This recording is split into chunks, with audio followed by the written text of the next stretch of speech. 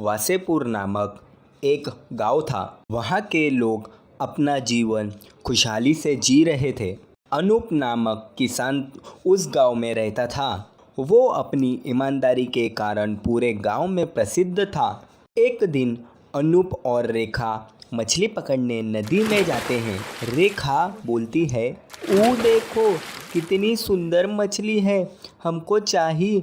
अनूप जी हमारे लिए पकड़े लाइए। अनूप जाला फेंकता है परंतु उसे निराशा ही मिलती है। एक मछली पकड़ने बोला था, आपसे ऊ तक नहीं हो पाया और वह गुस्से से घर आ जाती है। कुछ समय बाद रात हो जाती है। रेखा और अनूप सो जाते हैं, लेकिन कुछ समय बाद अनूप की आँख खुल जाती है और वो सोचता है कि आज मेरी बीवी ने बहुत कुछ बोल दिया है, मैं फिर नदी में जाकर मछली पकड़ूंगा। सोचते सोचते सुबह हो जाती है, उसे भी नहीं पता चलता। अनूप अपने घर से नदी की ओर जाने लगता है। अरे प्रियतम, मैं चला मछली पकड़ने। जाओ जाओ, बड़े आए मछली पकड़ने वाले। यह सुनकर अनूप चला जाता है। रास्ते भर अनूप सोचता रहता है कि आज कैसे भी करके मछली पकड़ूंगा ही। फिर अनूप नदी में पहुंचकर जाल फेंक देता है। वहां एक मेंढक का जोड़ा होता है जो कि वर्षा आने का इंतज़ार कर रहे होते हैं। एक मेंढक का नाम रितु और एक मेंढक का नाम प्रीतु होता है जो कि नर होता है। प्रीतु बोलता है, आजी भाग्यवान, तुम्हें तो बहुत खुशी हो रही है, अभी तक बारिश तक नहीं आई है। रितु, क्या जी, आपको भी पता है 8 महीने घर रह रह कर मेरी हड्डियां अकड़ चुकी है। यह बात सुनकर दोनों हंसने लगते हैं। प्रीतु बोलता है, अच्छा जाने मन, मैं आपके लिए खाना ले आता हूँ।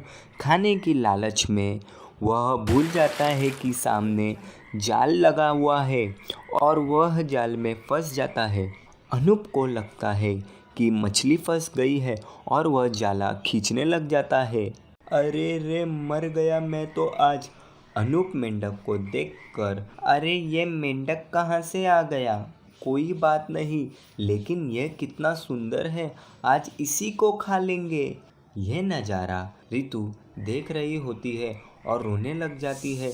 अरे लालची मेंढक, तुझे इतनी भी क्या जल्दी थी जो जाल ही नहीं समझ सका। अनूप घर चला जाता है। प्रियतम, मैं आपके लिए कुछ लाया हूँ। ले आए मछली। ये क्या चीज़ है? मेंढक और वो गुस्सा हो जाती है। ये ही फंसी तो मैं क्या करूँ? रेखा जब मेंढक को देखती है तो उसके ऊपर उसे तरस आ जाता है। सुनिए ना जी, हम इसे मारते नहीं हैं, पालेंगे हम। हाँ, मैं भी यही सोच रहा था, लेकिन रितु का रो रो कर बुरा हाल हो गया था।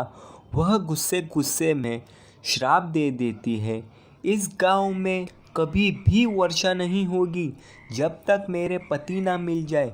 और फिर दिन बीतते गए, लेकिन गांव में वर्षा नहीं हुई। गांव के किसानों की खेती सूख गई थी। सब लोग बहुत चिंता में थे।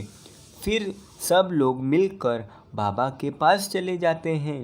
बाबा जी, हमारी मदद करिए, हमारा गांव संकट में है। बाबा कहते हैं, हाँ मुझे सब पता है, इसका एक ही उपाय है, हमें एक मेंढक जोड़े की धूमधाम से शादी करानी पड़ेगी, तब जाकर हल निकलेगा। अनूप कहता है, बाबा जी, मेरे घर में एक मेंढक है, चाहो तो आप उसी की किसी और से शादी करवा दो। बाबा मान जाते हैं। फिर अनूप नदी में जाकर जाल फेंक देता है। रितु वही आदमी है जिसने मेरे पति को मारा है और वह उसके पास चली जाती है, किंतु उसी के जाल में फंस जाती है। वह उसे घर ले जाता है और वहीं रखता है जहाँ की प्रीतु था। अरे, आप जिंदा हो? मुझे लगा कि आप इस दुनिया में नहीं रहे। नहीं नहीं, यह लोग बहुत अच्छे लोग हैं, किंतु परेशान हैं। गांव में अभी तक वर्षा नहीं हुई। और ऋतु निराश मन से कहती है, मैंने ही इन गांव वालों को श्राप दिया है। उसे इस बात का अफसोस होता है। वह कहती है, अब बारिश तब तक नहीं आएगी जब तक यह लोग एक मेंढक जोड़े की शादी ना करवा देते। हाँ, मैंने इन लोगों के मुंह से सुना है कि ये लोग शादी कराने वाले हैं। वो दिन आ ही जाता है जब दोनों मेंढकों को ले जाया जाता है और मंडप पर बिठा देते हैं। फिर वहाँ पंडित दोनों की शादी करवा देते हैं। कुछ समय बाद उस गांव में बारिश हो जाती है। गांव वालों की खुशी का ठिकाना नहीं होता।